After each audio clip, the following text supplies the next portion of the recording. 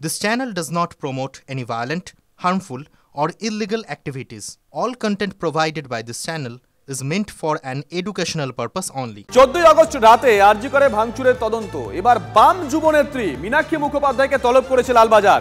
মীনাক্ষী সহ 7 জনকে তলব করেছে লালবাজার। এই মুহূর্তে আরো একটা বড় খবর। 14 আগস্ট রাতে আরজি করে ভাঙচুরের তদন্ত। এবার বাম যুবনেত্রী মীনাক্ষী মুখোপাধ্যায়কে তলব করেছে লালবাজার। মীনাক্ষী সহ 7 জনকে তলব লালবাজারের।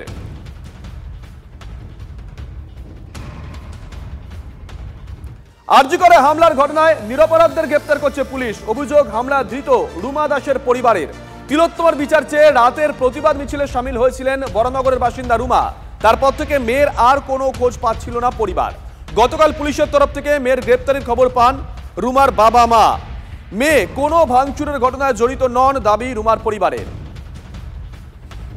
আমার মেয়ে কিন্তু গেছিল প্রতিবাদ জানাতে সিতির মোড়ে, কিন্তু সিতির থেকে সব হয়ে যাওয়ার পর 4টের সময় আমার যখন ফোন করলো যে মা আমি এক বন্ধুর বাড়িতে যাচ্ছি, বান্ধবীর বাড়িতে যাচ্ছি, কিন্তু আমি বললাম বাবা তুই বাড়ি চলে আয়। এবার তারপরে শুনছি যে ও বিকেল 4টের সময় আমি জানতে পারছি যে ওকে ধরা হয়েছে। এবং আমার মেয়ে এই পার্টি পলিটিক্স কিচ্ছুর মধ্যে থাকে না, আমরা কেউই থাকি না। আর আমার মেয়েকে ওইভাবে ধরা হয়েছে আমি তো জানি না। এবারে বন্ধু বান্ধবের ট্যাপে পড়েই ও যতটা সম্ভব ওখানে গেছে। কোথায় গেছে? ওই আরজি করে। তারপরে আমি এখন বিকেল সেটাও জানি না, কিন্তু আমি বিকেলবেলা আমি শুনছি যেটা বিকেলবেলা আমার বাড়িতে এসে একজন বলছে যে আপনার মেয়েকে এরকম কোর্টে আটকে রাখা হয়েছে, লালবাজার থানা ধরে নিয়ে গেছে। সেসব মাধ্যমে আমি কিছুই জানি না। আর আমি চাই আমার মেয়ে কোনো কিছুতে জড়িত না, আমার মেয়ে যেন ফিরে আসে ভালোভাবে, আমার মেয়েকে যেন ওনারা ছেড়ে দেন, আমার এইটুকুনই আবেদন। যে যদি ওই আন্দোলনে থেকে থাকে তাহলে অন্যায় করেছে, সে যে দলেই হোক যাক না কেন, একটা বাচ্চা মেয়ে 27 বছরের বয়স, সে অ্যারেস্ট হলো, তার জেল হবে কী হবে পরের কথা। কিন্তু এই যদি অন্যায় করে থাকে, অন্যায় তো কোনো ক্ষমা করা যায় না।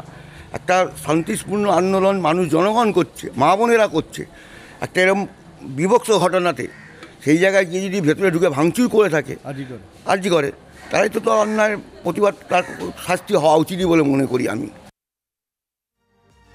তাদের ছেলে আরজি করে ভাঙচুরের ঘটনায় কোনোভাবেই জড়িত নন, এমনটাই দাবি হামলায় ধৃত শান্তনু সরকারের পরিবারের। বেলঘরিয়ার বাসিন্দা শান্তনু অফিস থেকে ফেরার পথে তিলোত্তমার প্রতিবাদ মিছিলে শামিল হতে গেছিলেন। তারপর থেকে বাড়ি ফেরেননি তিনি। গতকাল পুলিশ বাড়িতে খবর দেয় যে হামলা ভাঙচুরের ঘটনায় গ্রেপ্তার করা হয়েছে শান্তনুকে। পরিবারের পাল্টা অভিযোগ পুলিশ কিছু ধামাচাপা দিতেই নিরপরাধদের গ্রেপ্তার করছে। দেখতে গেছে, ওই ভাঙচুর হচ্ছে, রাস্তায় দাঁড়িয়ে দেখছিল, ওদের প্রশাসনের সাথেই গেছিল। ওকে নাকি পুলিশ জিজ্ঞেস করেছে তুমি কি মিছিলে এসছো? বলছে হ্যাঁ। বলে এখানে কি করছো জিজ্ঞেস করেছে। দেখছি। বলে তাহলে উঠো গাড়িতে উঠো বলে ওকে উঠিয়ে দিল। ওর অফিসের ব্যাগ ট্যাগ সব ওর কাছে আছে, মোবাইল আছে। অফিস থেকে এসেছিলো বাড়ি আসবে বলে, আর আসে নাই, ওদের সঙ্গে বেরিয়েছে। এইগুলো তো বুঝেই না। এইটা তো আমার মনে হচ্ছে দাবা চাপা দিচ্ছে পুলিশ ওকে। ও তো আপনি যেখানে ও থাকে, যেখানে বাস করে, আপনি ঘরে ঘরে গিয়ে জিজ্ঞেস করেন যে ওই প্রকৃতির ছেলে না ও। সিটির মোড় থেকে ওরা প্রসেশনে ছিল, সেই জায়গা থেকেই অ্যারেস্টটা হয়েছে আর কি।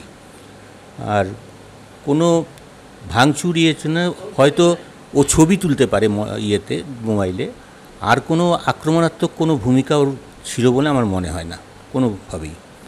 যদি কোনো ডকুমেন্টস দেখানো যায় যে ও কোনো আক্রমণ করছে, কোনো ভাঙচুর করছে, তাহলে আমাদের কিচ্ছু বলার নেই। আমরা চাই যে ও একটা ইনোসেন্ট ছেলে, ও অকারণে কোনো রকমভাবে জড়িয়ে না পড়ুক, শাস্তি না পাক, সেটি চাই। গ্রেপ্তার হওয়া রুমা দাস এবং শান্তনু সরকার উভয়ের পরিবার বলছে পুলিশ তাদের গ্রেপ্তার করেছে অন্যায়ভাবে, তারা কোনো আরজি করের ভাঙচুরের সাথে যুক্ত নয়। প্রশ্ন হচ্ছে যদি ইনোসেন্ট ছেলেই হয়, পুলিশ তাহলে কেন গ্রেপ্তার করলো? পুলিশ কি তাহলে যারা আসল দোষী তাদের কি আড়াল করার জন্য এরকম রাস্তাঘাটে যাকে পেয়েছে তাকে গ্রেপ্তার করেছে? এটাই ভাবাচ্ছে ধৃতদের পরিবারকে। আদালত বিচার করবে আসল দোষী না দোষী না। বরানগর থেকে বিশ্বজিতের সঙ্গে অনন্ত চট্টোপাধ্যায়, TV9 বাংলা। আরজি করে তাণ্ডবে কলকাতার বিভিন্ন প্রান্ত থেকে এসেছিল হামলাকারীরা। ঠিকানা ধরে ধরে এবার হামলাকারীদের মূল পাণ্ডার খোঁজ চালাবে পুলিশ। পুলিশ সূত্রে খবর, উল্টোডাঙ্গা, ফুলবাগান, মানিকতলা, লেকটাউন, বেলঘরিয়া, বরানগর, জোড়াসাঁকো, চিতপুর, গোয়াবাগান, হাওড়া এই সব জায়গা থেকে এসেছিল হামলাকারীরা। এর থেকেই বোঝা যায় নির্দিষ্ট কোনো এলাকা বা পাড়া থেকে এই জমায়েত হয়নি। আর এখানেই প্রশ্ন, বিভিন্ন এলাকার এই যুবকদের কে বা কারা এক জায়গায় জড়ো করলো? বেশ কয়েকজন ট্রান্সজেন্ডারও ছিলেন এই দলে। খবর পুলিশ সূত্রে। চিহ্নিত হওয়া এই হামলাকারীদের বাড়ির ঠিকানা ধরেই এগোবে তদন্ত। জানা যেতে পারে কমন সূত্রটা কি, মাথাকে লাখ টাকার প্রশ্ন। রাস্তায় কে মিছিল করছে সে তো ভিন্ন কথা, মিছিল তো সবাই করবেই, যে যার ঝান্ডা নিয়ে মিছিল করবে, কি ঝান্ডা ছাড়া মিছিল করবে। কিন্তু ভাঙচুরের জায়গাতে কারা, সিসিটিভিতে দেখা যাবার কথা। সিসিটিভির বাইরে উনি প্রয়োজনে সাহায্য নিতে পারেন মিডিয়ার ফুটেজের, তাতে তো স্পষ্ট দেখা যাচ্ছে যে কে দরজা ভাঙছে, কে জানালা ভাঙছে, কে বেড ভাঙছে, কে যন্ত্রপাতি ভাঙছে, কে ফার্মাসিটা ভেঙে দিচ্ছে, দেখা যাচ্ছে তো। তাদের উনি অ্যাকশন নিচ্ছেন না কেন? বিরোধীরা ধরুন না, কিন্তু অ্যাকশন নিন on the basis of facts. দেখা যাচ্ছে ফুটেজে যেখান থেকে এসছে ওর কাউন্সিলররা কি করছিল, গাবজাল দিচ্ছিল।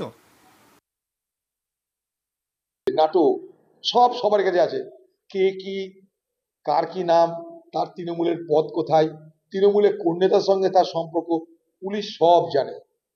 পাড়ায় পাড়ায় গিয়ে, মহল্লা মহল্লা গিয়ে পুলিশ বলে আসছে, ভাই এখন তোরা একটু আলাদা দূরে দূরে থাক, সাবধানে থাক।